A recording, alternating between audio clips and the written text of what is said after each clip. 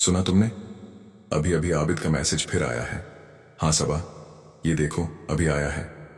अरे सबा, जाकर देख कर आओ। मम्मी पापा तो सो चुके हैं, फिर हम भी अपना काम शुरू करें। ठीक है मैं अभी देख कर आती हूँ। मम्मी पापा सो गए हैं, चलिए अब शुरू करते हैं। आप अबीद को कॉल करके बुला लीजिए कमरे में। हेलो अबीद।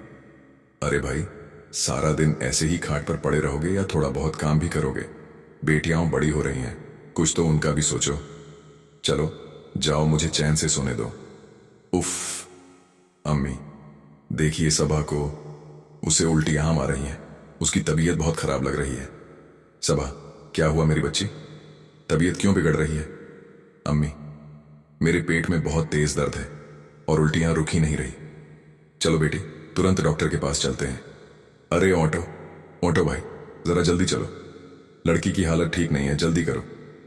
चलो अस्पताल आ गया। डॉक्टर साहब, मेरी बेटी को क्या हो गया है? घबराइए नहीं, रिपोर्ट बस आने ही वाली है। मुबारक हो, आपकी बेटी मां बनने वाली है।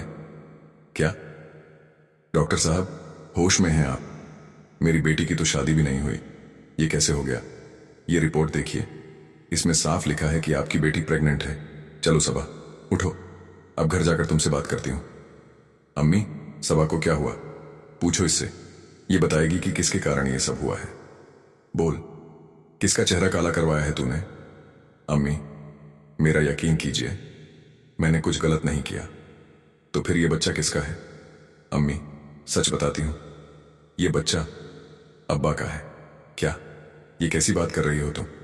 अरे आज इतनी चिल्लापो क्यों हो रही है घर में? हाँ अम्मी, मैं सच कह रही हूं।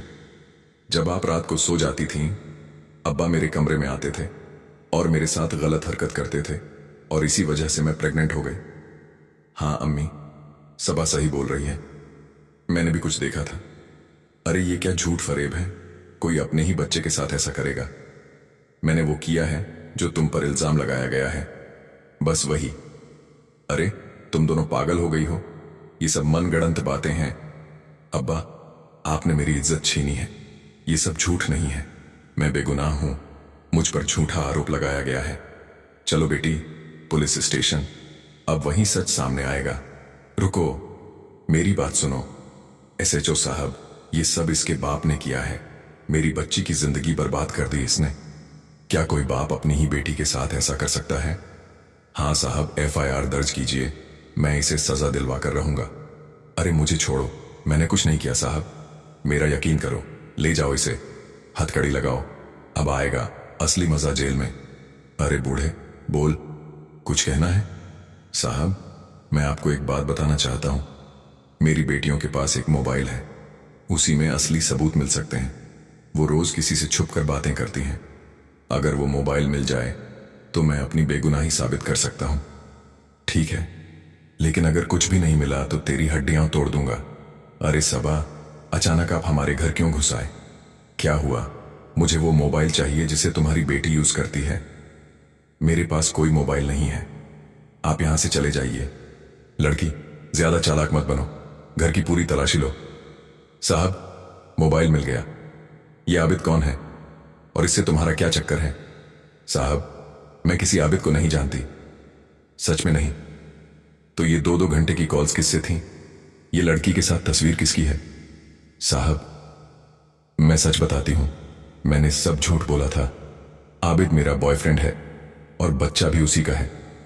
मतलब तुम्हारे बाप पर लगाया गया इल्जाम झूठा था? हाँ साहब, आबिद के कहने पर मैंने सारी कहानी बनाई थी। जमालुद्दीन को तुरंत छोड़ दो और आबिद को पकड़ने की तैयारी करो। पापा, मुझे माफ कर दो, मैंने बहुत बड़ी गलती कर दी। दोस्तों, अब बताओ, क्या ऐसी बेटी को माफ कर देना चाहिए? अगर यह कहानी पसंद आई है तो लाइक करो, चैनल को सब्सक्राइब करें। धन्यवाद।